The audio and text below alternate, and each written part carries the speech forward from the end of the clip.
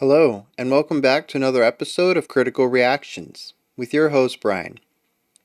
We're going to finish up today with a special selection, which is where one of you tell me exactly what it is I need to check out, and I do it. If you have your own song you'd like to submit for special selection, you can find a link to do so in the description below. Today's special selection comes at us from Jordan. It says, "We ensure our brothers feast both their body and soul. Have both my chicken nuggets and my offering. Painted in Exile, distanced by dissonance." Let's dig into it. Let's see what Painted in Exile is bringing to us today.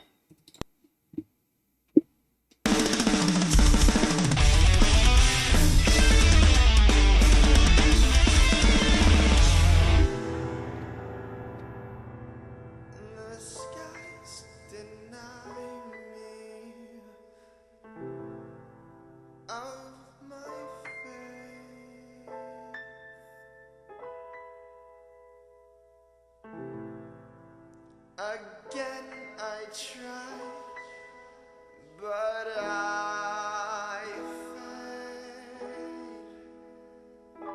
It's gorgeous. Events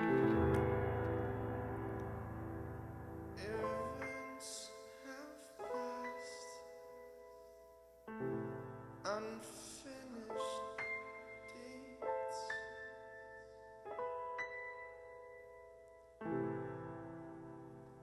I've come back, I can rest.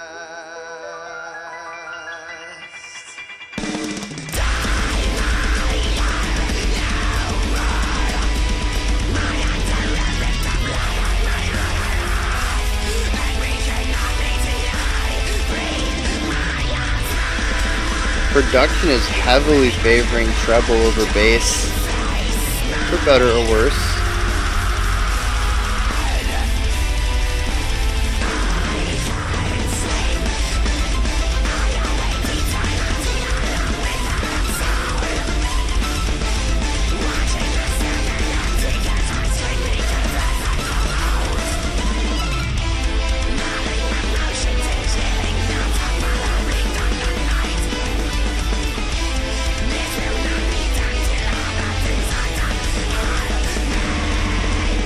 Yeah, some really... oh, man. Maybe it's not treble favoring over bass, it's just more of like this blown out vibe, where the bass isn't super clear.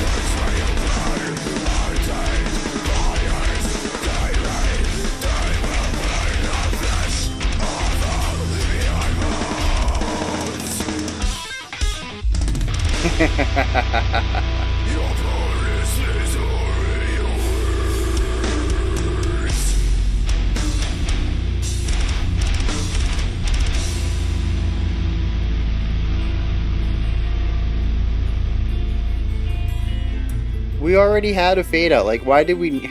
why did they do that? Ooh, yeah.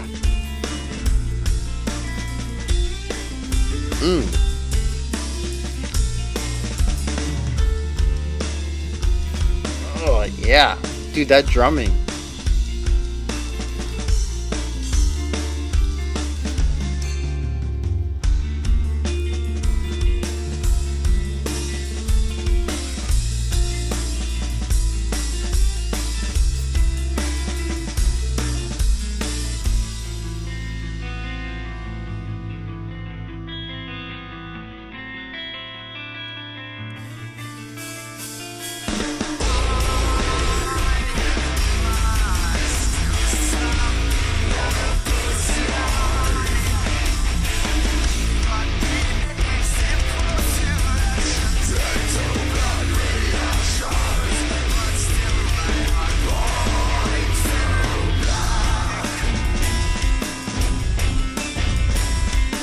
See, that's what I'm talking about. Like, it's these lower hits are very muddy compared to some of the cleanliness that we hear in the more treble line, especially melodic elements rather than textural ones.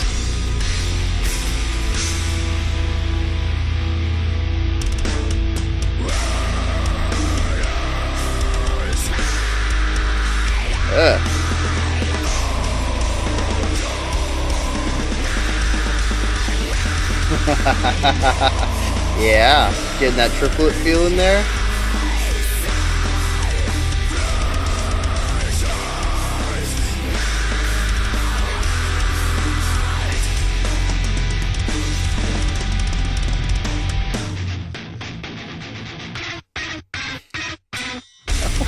What?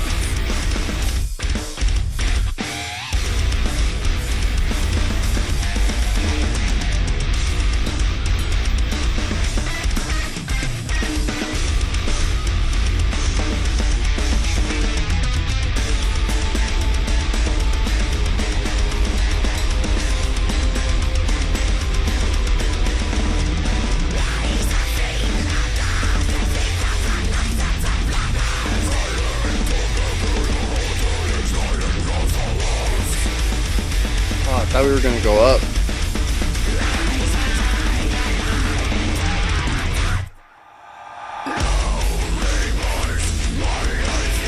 Interesting transition there.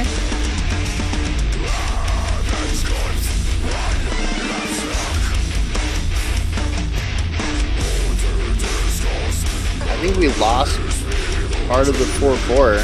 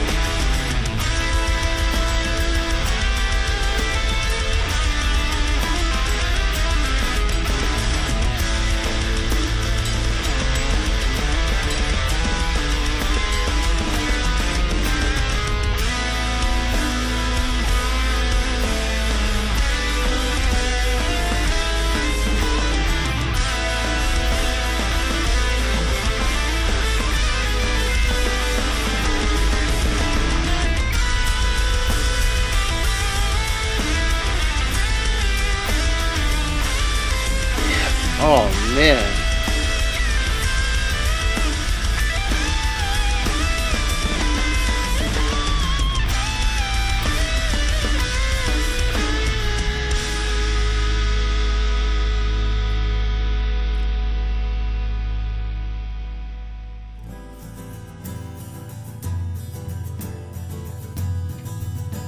Alright, bringing back this idea.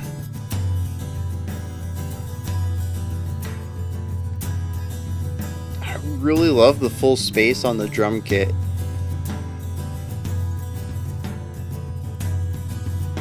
I mean, even just this section right here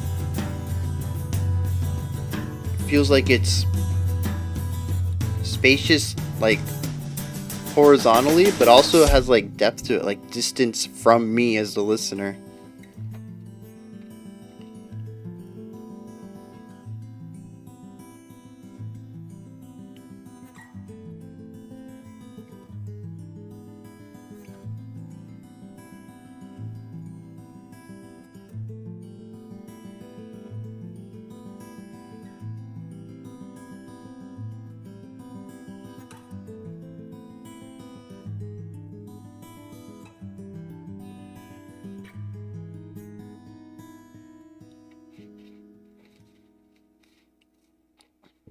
Yeah.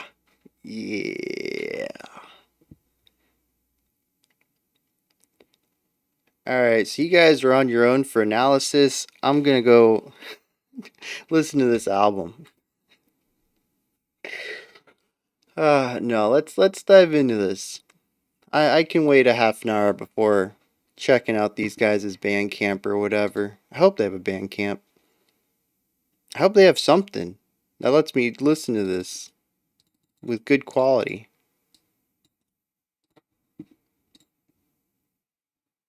And look, I know I'm supposed to be talking about the song right now. I'm actually on their store page because I want to see the prices of their. All right, let's get into this. So Painted in Exile. What a wonderfully eclectic combination of influences. We have uh like some, what do we call, like, atmospheric gent, like test, because like when I say gent, I typically think of like Periphery or what's that band, Terrestria.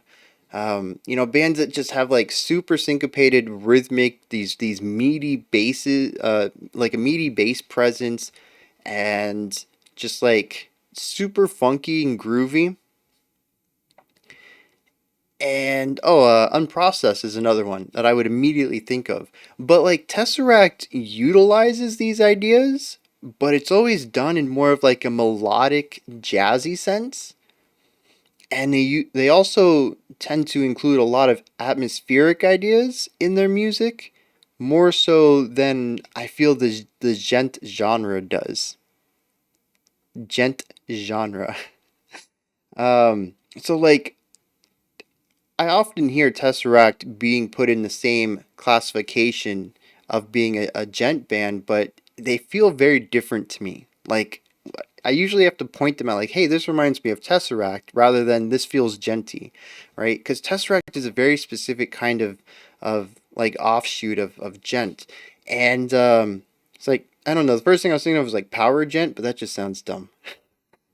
But like that's like one of the aspects in here. It's like we definitely have that rhythmic, heavy hitting, just real gritty style of playing, but we also have these really beautiful, complex chord progression, atmospheric type areas with these powerful vocals just belting over them. We have jazzy guitar solos, like massive extended linear jazz influenced guitar solos. We have classical influenced melodic structure being placed all over here. There's some tech death ideas, or just kind of tech concepts in general. I don't know if it's particularly technical death, but I mean, there's just a lot of technical concepts going on in here, not just compositionally, but also performance wise. Just some really tight rhythmic playing, as well as some fast playing as well. And man, if this is not just a beautiful smorgasbord of my favorite things that you guys have introduced me to, pairing with some stuff I bring to the table with classical composition and jazz melodic writing.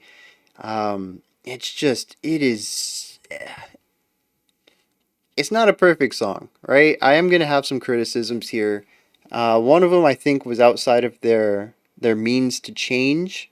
I'm going to take a guess based on the time frame, because this was at least pre 2009, or I guess pre 2010s, I think is a better way of putting that. And they also seem to be a very small band, and I'm going to combine those two pieces of information to make a guess at something that sounds accurate to me, but might be wrong. You guys can let me know.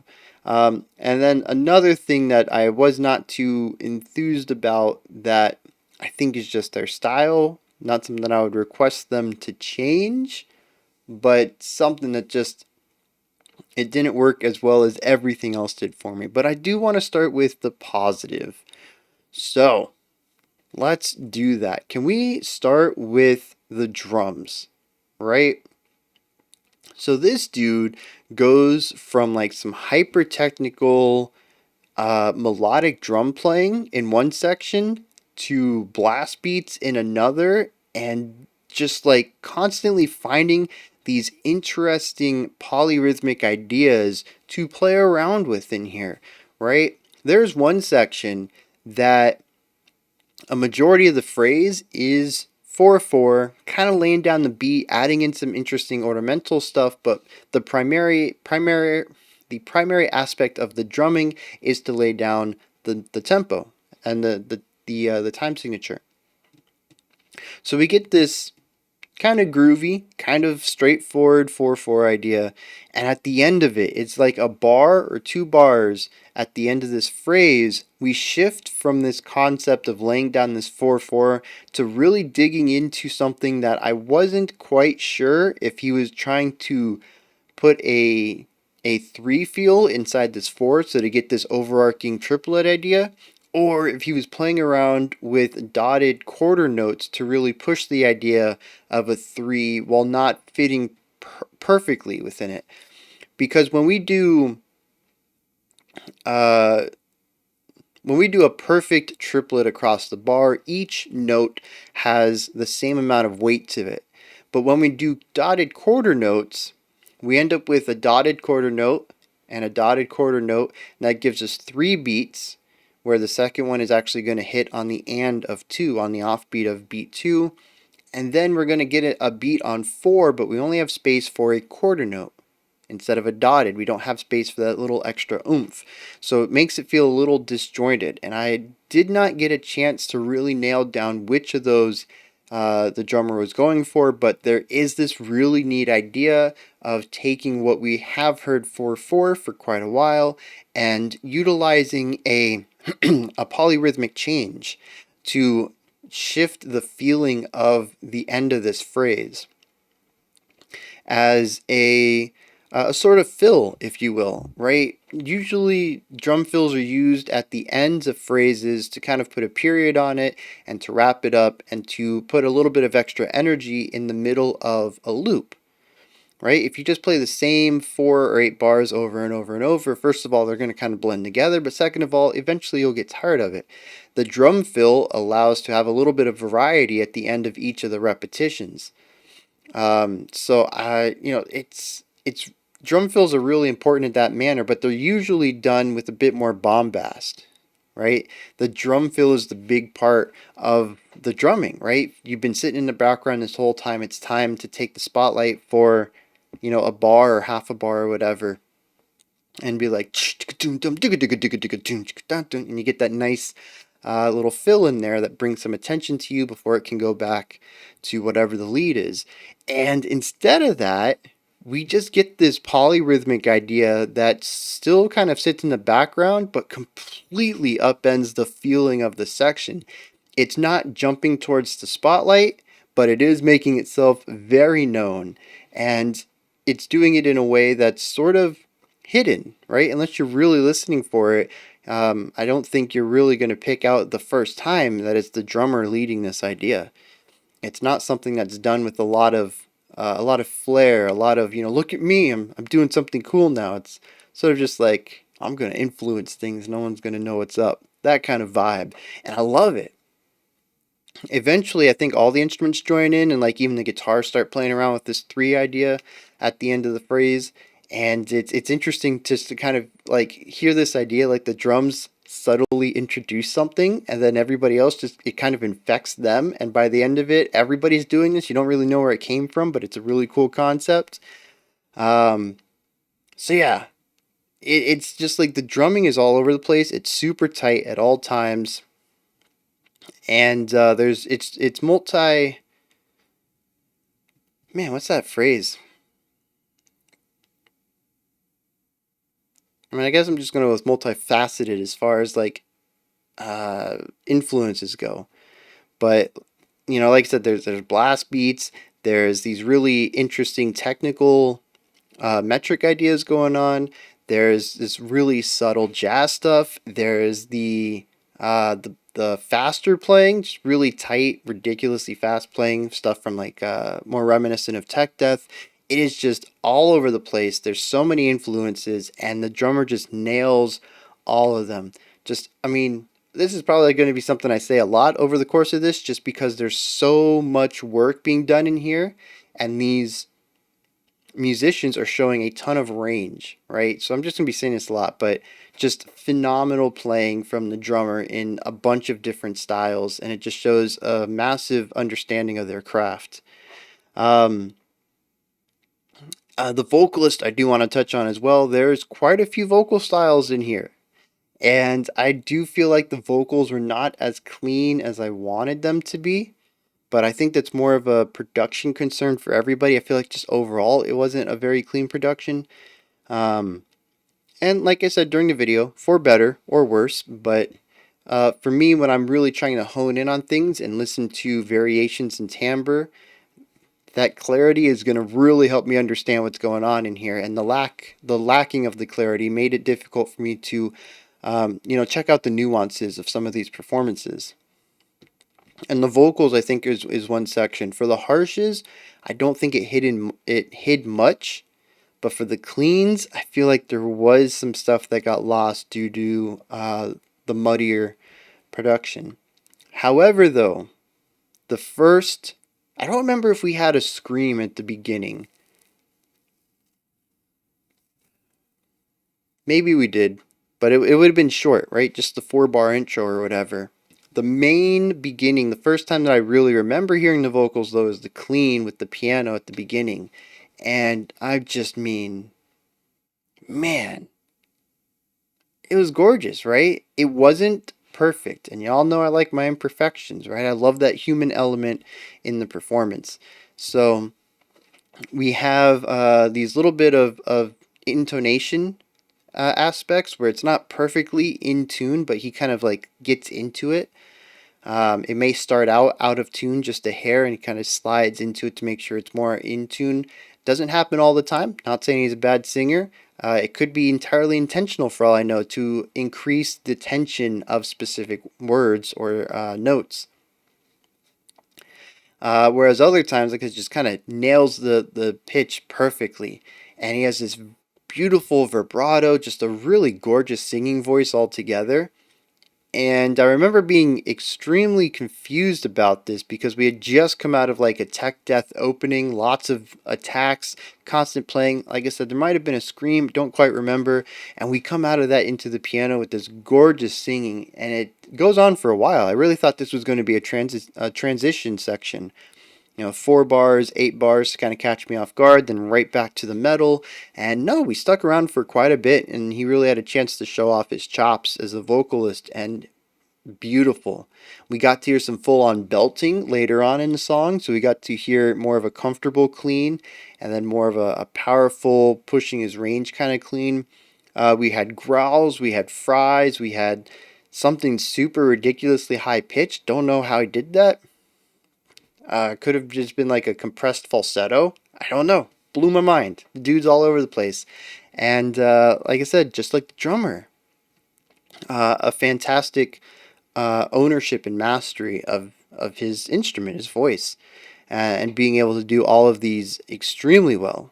Kind of wild, really. I think I've said this before. I don't know why it always like when I hear somebody screaming, I don't necessarily expect them to have phenomenal cleans. The other way around is not so odd to me. If someone has a really strong clean and then they come out with a growl, it's surprising. Wasn't expecting that. But it's not like, whoa, no way, how'd they do that? But when somebody has a growl and then they have this really nice clean, I'm like, huh, I would never have expected that. That's phenomenal. That's crazy. Um, that's just, that's me having biases, right? I grew up listening to music that wasn't growls and screams, and then, I get introduced to metal that has growling and screaming in it, and it usually doesn't have cleans. And somewhere along the way, I must have made a connection that screamers can't sing. So that is still a hidden bias in me. And when I hear somebody who does harsh vocals come out with a very strong clean, it amazes me, and it really shouldn't. And I hate that it does, but that's still a feeling I have, and I guess I got to get over that one of these days. But as of today, that was still what I felt, even if it's even if mentally, as soon as I felt it, I'm like, that's wrong, bro. You've heard tons of people who can do fantastic screams and then beautiful cleans. And it's like I said, it's the order of things. If the song had started with cleans and then went into a scream, would not have been the same way. I've been like, yeah, that's cool. But because I'm pretty sure it started with a scream there in the opening bit, and then the beautiful cleans came in, and I was like, whoa, no way. And it's just like, man, that's not cool. But we are all inhuman. I mean, we are all human and imperfect. I should not combine those words. We are all human and imperfect. So, you know, we all have our hurdles we got to get past, and that's one of mine. Let's see, moving on from the vocals, the guitar work, the bass work, the little bit of bass work I heard. Like I said, I do feel like the bass was underrepresented in some sections, and the production as a whole just kind of muddied a lot of things up in some of the heavier sections. So unfortunately, I did not hear a lot of bass work, but the little bit I heard was nice, and the guitar work was all over the place. Again, loved it. Beautiful chords, not just more bluesy stuff, but also introducing some real spicy jazzy stuff. Some gorgeous classical ideas in here, both foundationally and melodically. We had some really strong classical guitars, some strong technical metal guitar playing. We had really fast tremolo picking at one point. We had some sweeps thrown in there, just all over the place on all sorts of levels. Much like everybody else in the band, the guitarists are just killing it. And I'm just going to assume the bass was doing phenomenal too, even though I couldn't hear it sometimes. Just because I can't believe everybody in this band is a virtuoso who seems to have spent a ton of time mastering their instruments across a variety of genres, and then they just found some bassist off a corner street who could, play a pedal tone. I don't see that happening. A band of this caliber is going to invite musicians, it's going to invite other musicians to them that are on the same level.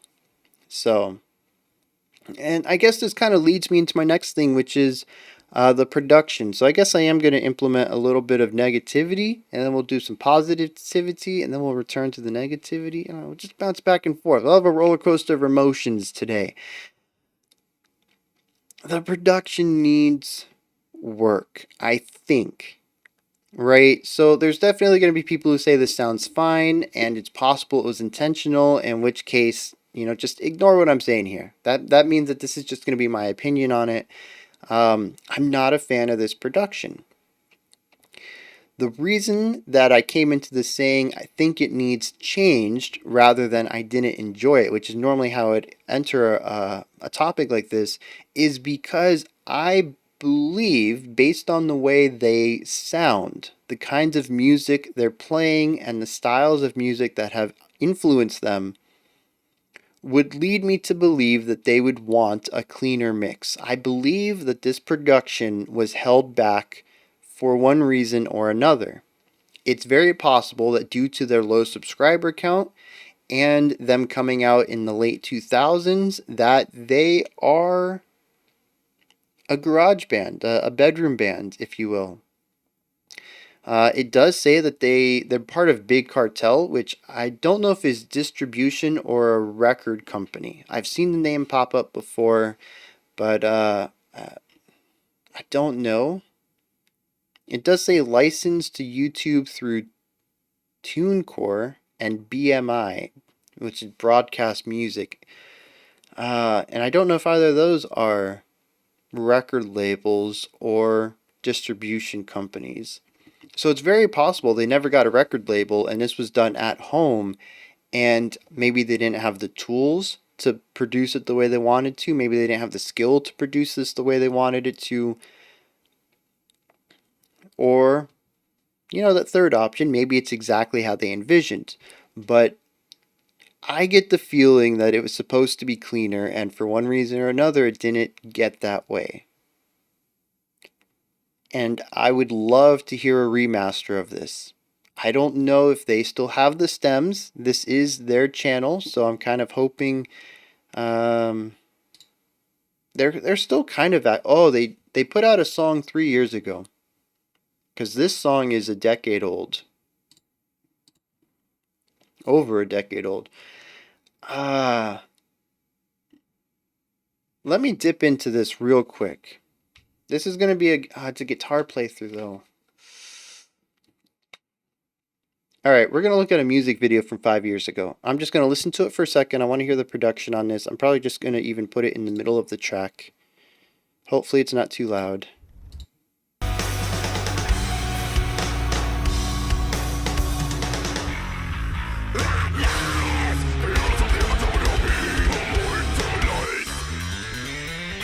Oh, that bass work.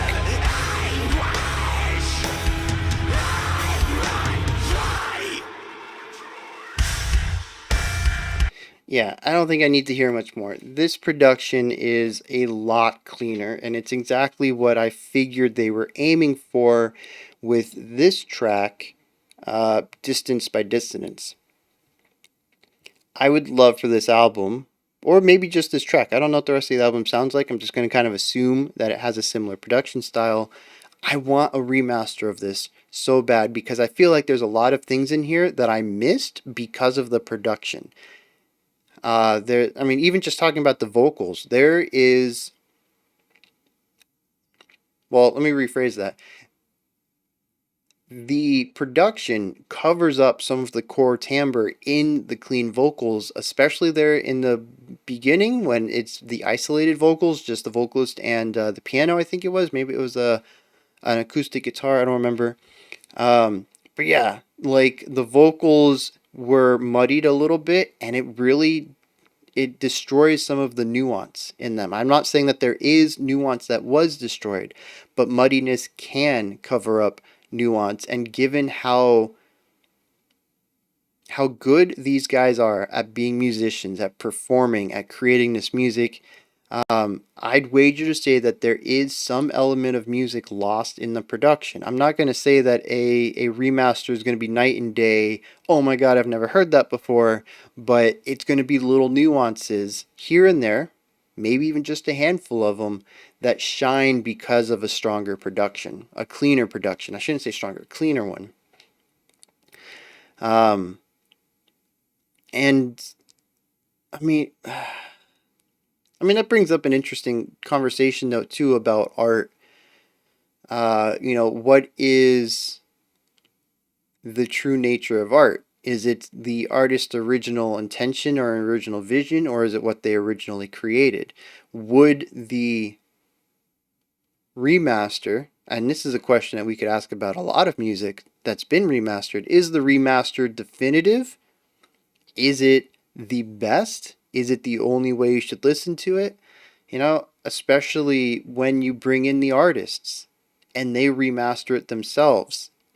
Now it's technically their vision, but is it really their vision? It's been 20 years since they worked on it.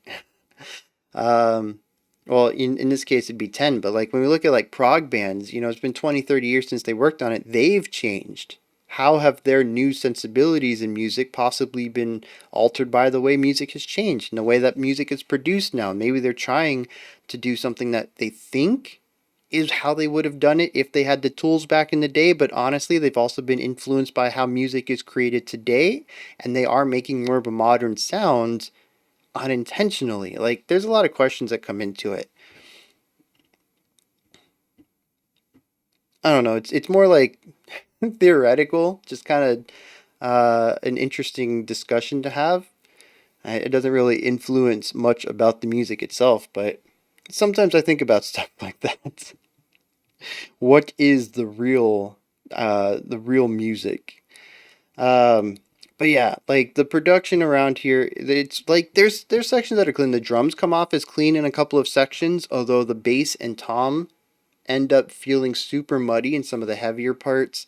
The bass guitar, like I said, I had a hard time hearing in many sections.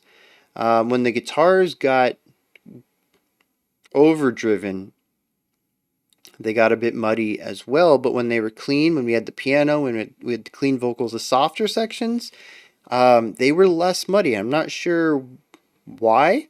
I mean, obviously they would have a different EQ on them because it's a completely different vibe, but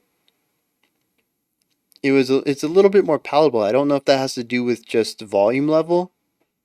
Like I've said before, production is kind of it's a weak spot of mine. It is not my forte. It's something I'm working on, but yeah, just I do wish that a remaster of this could come out and make it sound like their new stuff, right? And really bring out the performances. Unless, of course, this is exactly what they wanted, in which case they've achieved their artistic goals. I would never request that they change them, but that's not the vibe I'm getting from them. Um, I guess now we're gonna dig into no, I want to talk a little bit about structure. The song is like ridiculously linear, right? And I think there was one callback. It was the guitar vamping that was going on, acoustic guitar vamping that was brought back from an earlier section. But I think everything else is fairly linear from start to finish.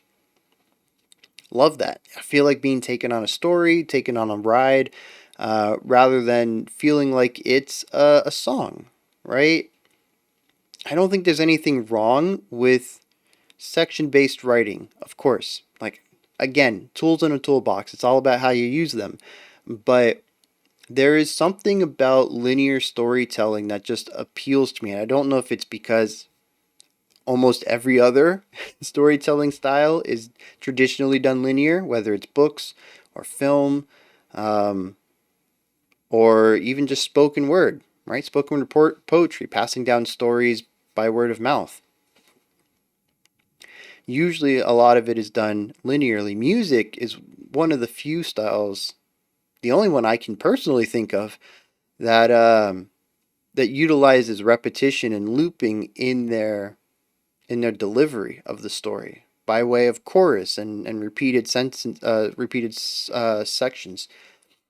So, but there's just something about being taken on a ride, start to finish, nothing similar. Callbacks for sure, foreshadowing, bringing back older ideas and new contexts, but keeping the momentum moving forward.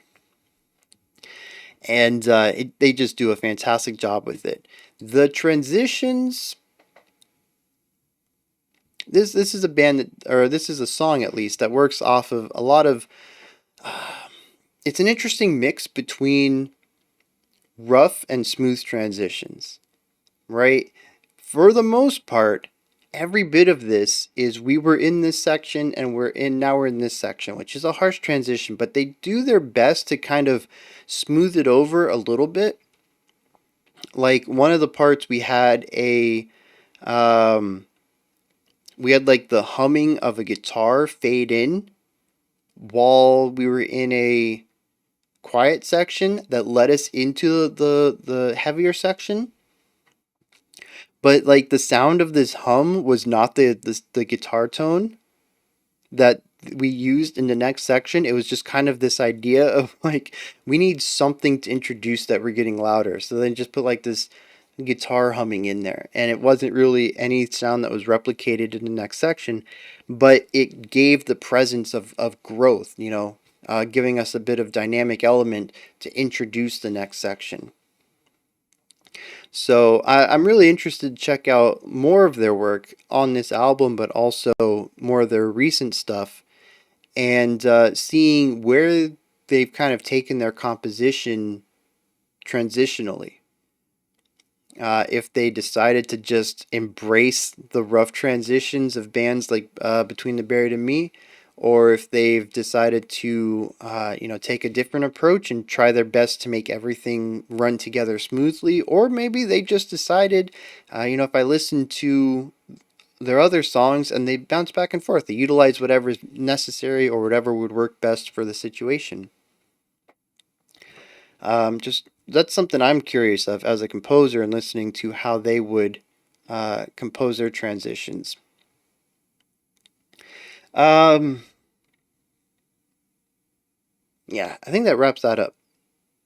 Linear structure, interesting transition style, and I think I've touched on everything else. The variety. Oh, the guitar solo. I don't know how long this section is going to be. Maybe I'm just going to praise it for a second. But dude, I was jamming with that guitar solo at like minute 6 or 7, something like that. I think it was the final rock section before we did our piano or acoustic guitar outro that we faded out of. It was our last big heavy section, and this guitar solo must have been like 32 bars long, and it was just gorgeous. I loved it. The little embellishments to it, when he held out notes, when he didn't, when he decided to rush and toss a bunch of notes together, and it was just like it was speaking to me. There was breaths. There was, or not necessarily breaths. He was allowing the solo to breathe, though. Something I've talked about a lot in rock guitar solos is just this constant need to be doing something, right? In hard rock, we tend to hear a lot of bends. Um, to even keep like lengthy notes, if they decide to hold a note out for a little bit, you got to change it. You got to put some bends in there. Get that wow, wow, wow, wow, wow, wow. Whammy bars are another big thing. Modern day guitar solos is a lot of sweeping and tapping and just fast playing.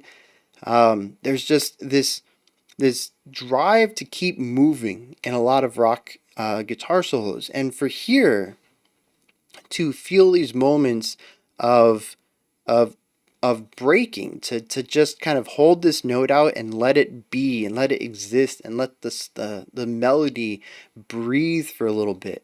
The guitarist knew when to hold some notes out, when to put a pause, when to speed up, when to put in a little bit of flourish, when to show off a little bit. And it was just a gorgeously written melody line over some really interesting chords. The chords weren't necessarily static all the way through. We saw some variation on them throughout, and we got into some really interesting jazzy stuff going on there that changed up the vibe of the section in the middle of it before returning more to that rock style chord progression in the latter half of the solo. And just all of that together made this feel not like a solo section, but like an extended instrumental part of the song. Uh, Even though the structure of it was still a lead instrument over a bass and a drum, which is in pretty much any situation would be considered a solo, like very minimal rhythm section and a lead instrument. That is a solo right there. And even like the extended breathing of it and really allowing some of these notes to sit and linger. Very jazzy way of writing a solo, especially more of like a blues style, something a little slower paced than like swing. Uh, but I mean, just, oh man, that really spoke to me. I don't know what I was doing visually during that solo. I don't know if you guys are laughing at me or not. I was getting into it.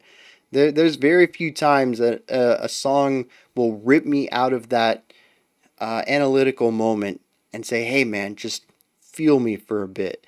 And this song did that. I don't like I said. I don't know what I was doing. I was in the music at that point. I was lost in the sauce. So good.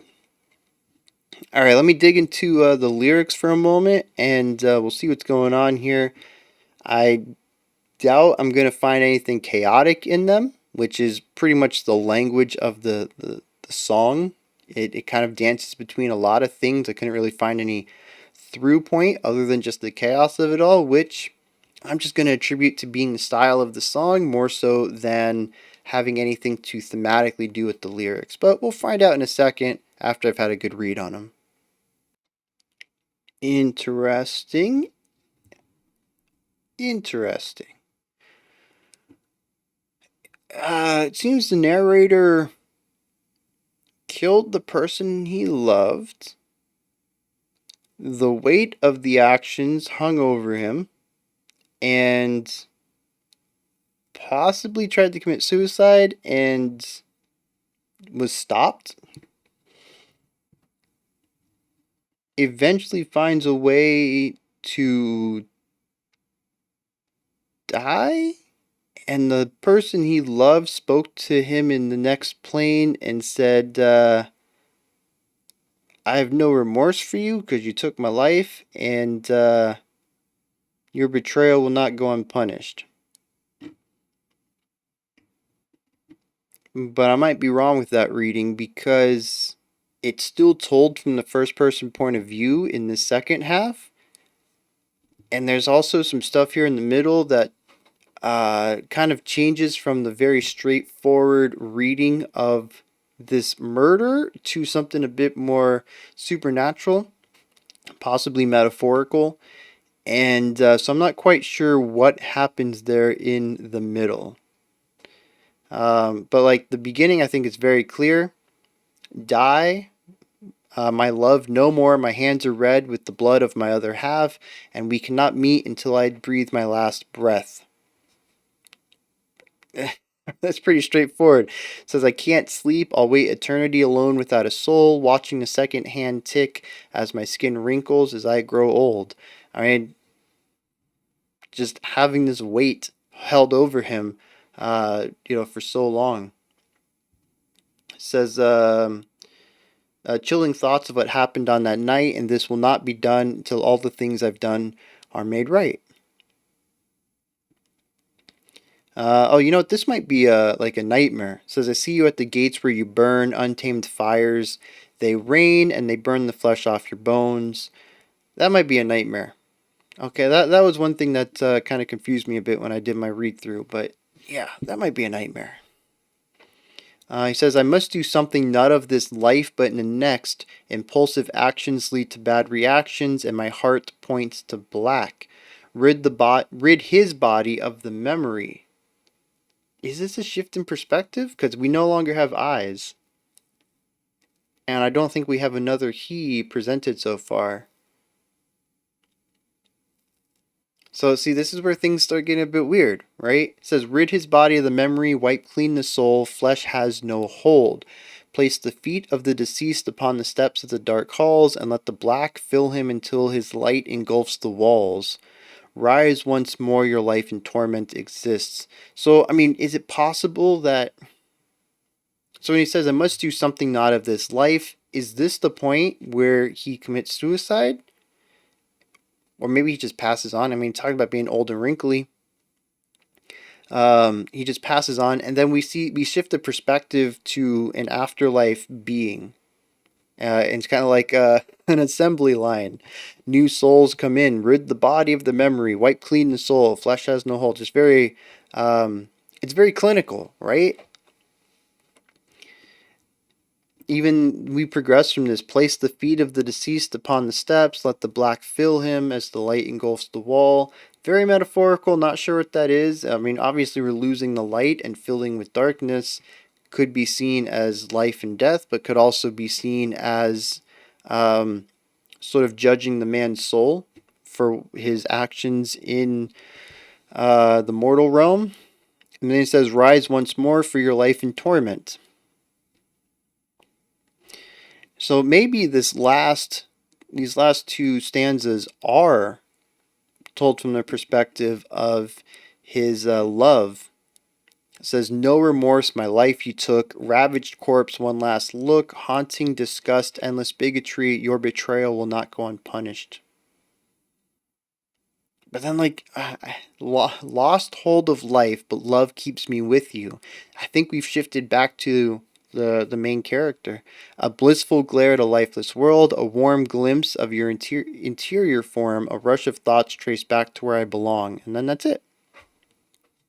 So, I mean, it's very possible that we are hearing this story from multiple perspectives. And I mean, I did notice a lot of vocal styles in here. It's possible that we do or that the vocalist does utilize different voices for different characters. Something I would listen for on a second check of this song.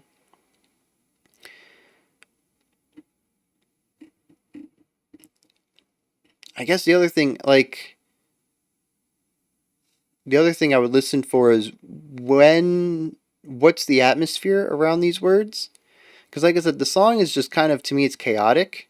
That's the overall theme of it. And I wasn't expecting the lyrics to be. So, I mean, that lines up. But also, if we look at it more of a micro section, what is the section where he talks about having the weight hanging over him? What is the section where it seems like he's on the conveyor belt, the work line of souls to the new life, where workers are just like, yep, gotta do this, gotta do this, my 9 to 5 down here in hell. What's the musical atmosphere of these sections though? And instead of just looking at the song as a whole, we look at each individual section and try to see if there is something that lines up thematically between the music and the lyrics. But I think it's an interesting song lyrically. Definitely not as enthused with the lyrics as I am with the music. The music just has a hold over me, and I've got to hear more of it. Anyways, those are my thoughts. Painted in Exile's Distanced by Dissonance. Oh, I didn't even tie that in. Distanced by Dissonance. It makes me wonder what happened at the beginning because, I mean, unless this person is mentally unwell, most people do not have such love for someone as to murder them so that they can find them in the next life.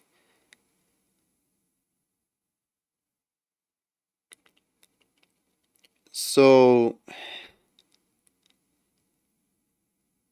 I mean, that whole opening of the song paints a really interesting picture of the story here. And I'm glad that he was not rewarded at the end of this song, like what we saw in A Little Piece of Heaven, which I did make criticisms about. Um,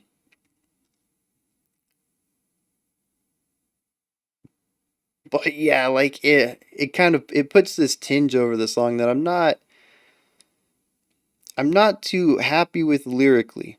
Like I absolutely love the music here. I'm not jiving with these lyrics. I think there's some interesting use of words and some nice poetic lines in here, but the overall story,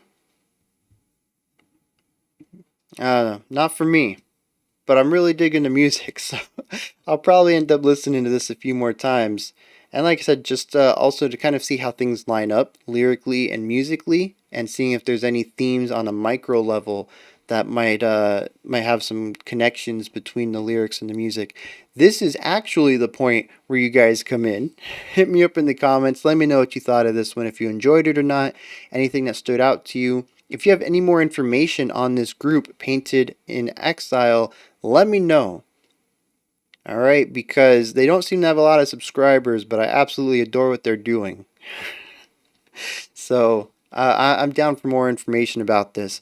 Above the comment section is a description box, and there's a link for Linktree. It'll take you to this menu right here. It has everything related to the channel. You can join the Twitter, join the Discord, join the Patreon, follow me on, I already said that one, submit a special selection, bunch of stuff, grab some merch. I don't know, hit the link, see what's in there, check it out. Above that, like, subscribe, and ring the bell. I greatly appreciate all three of those. That wraps it up for today. We'll be back tomorrow with our penultimate episode for the Colors Week and our final special selection for the week.